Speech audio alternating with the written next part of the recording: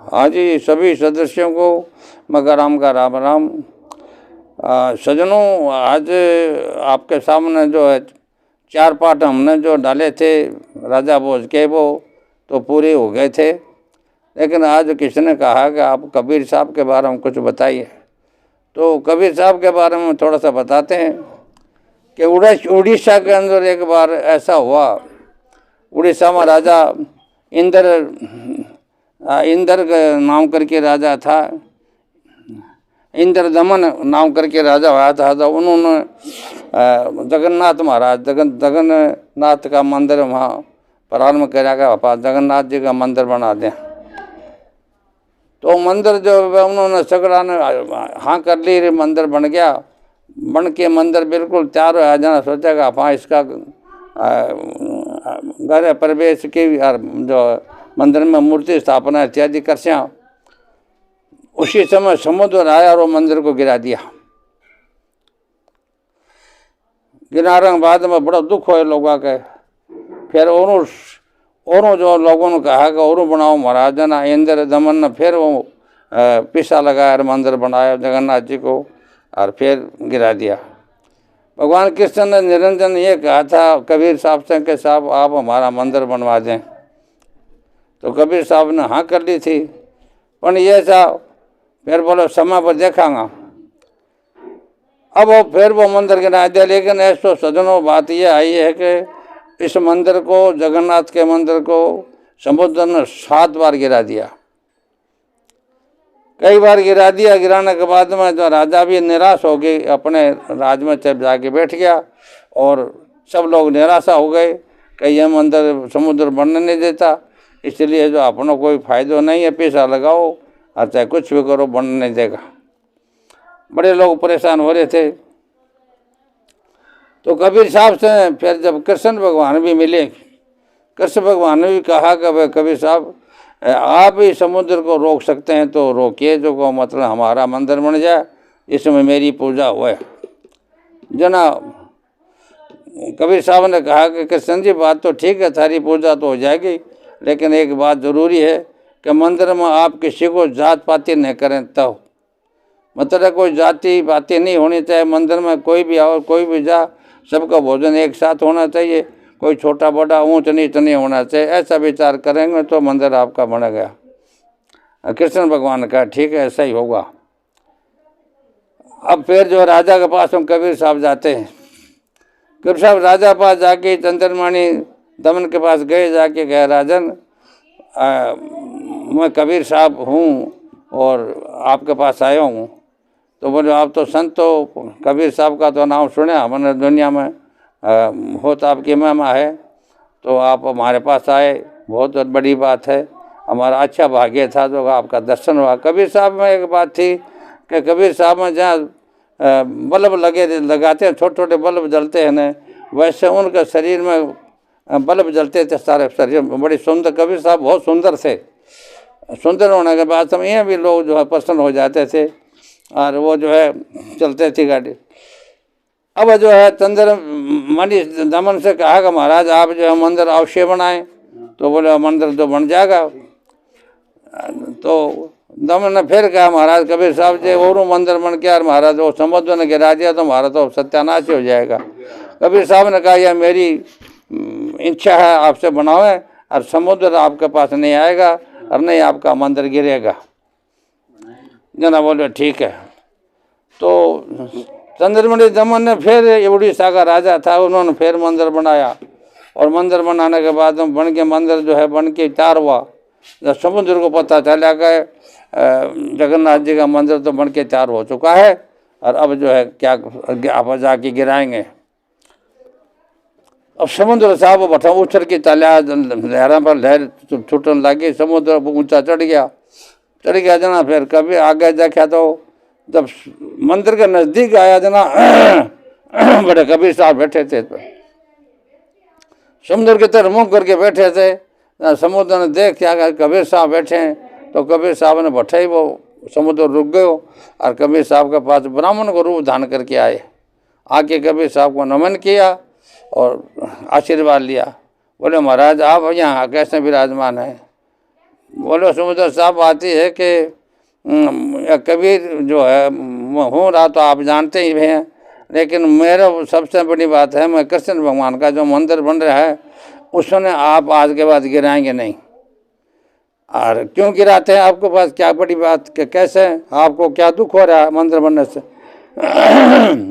तो समुद्र ने कहा कि लंका में जब राम जी गए थे तो मेरे पर पत्थर चिराया और लक्ष्मण जी ने जो है पानी में बढ़ करके अग्नि लगा करके समुद्र को सुखाने की कोशिश की। तो तब से जो है मेरे को थोड़ी गलानी है और मैं उनके अपोजिट चालता हूँ।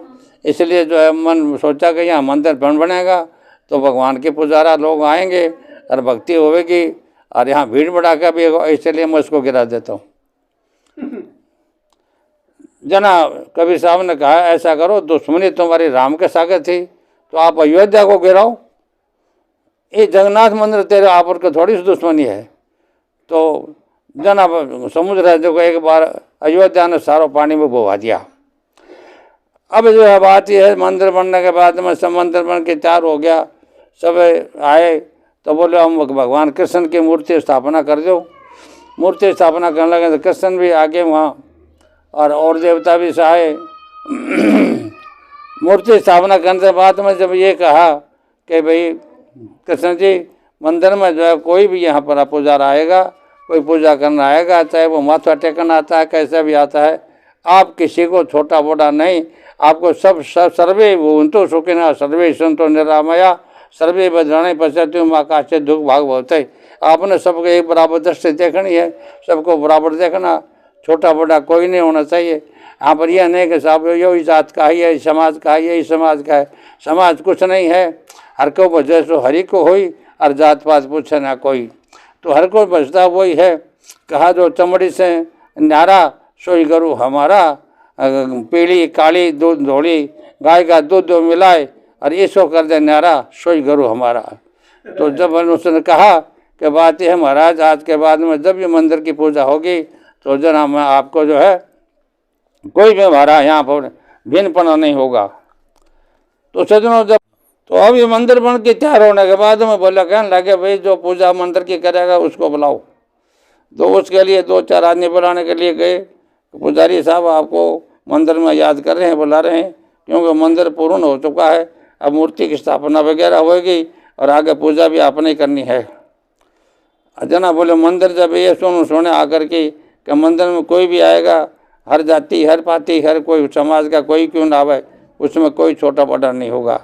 ये बात पंडित को सुने, जना पंडित के दिल में आई, जना आप पूजा कराएंगे क्यों नहीं। जना विचार बना करके फिर सोचा कि अपन डाले अपना राजा अगर अपना दंड दे देगा क्या फायदा, अपन मंदिर में तो जरूर चलांगा।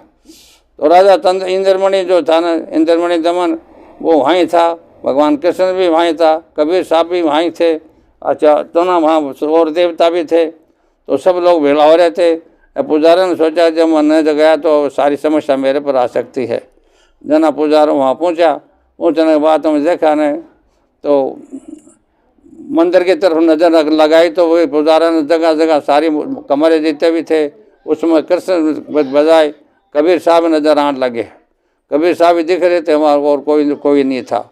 जना पंडित जी सोचने लगे तो बड़ी बात है, यहाँ पूजा आप कबीर साहब की करांगा क्या कृष्ण की करांगा। जना वो फिर कहा, कह रहे पंडित जी जब तक आपके मन में जो शकल विकल्प रहेगा न, जब तक देवता कोई नहीं आएगा, न तो कृष्ण आएगा, न कबीर साहब आएगा, न भगवान आएगा, न माता आएगी। आप जो है बिल्कुल साफ हो जाइए। आपके मानुष शरीर जो कोई भी आए, जिसने मनुष्य तन धारण कर रखा है, उसको आप मना नहीं कर सकते।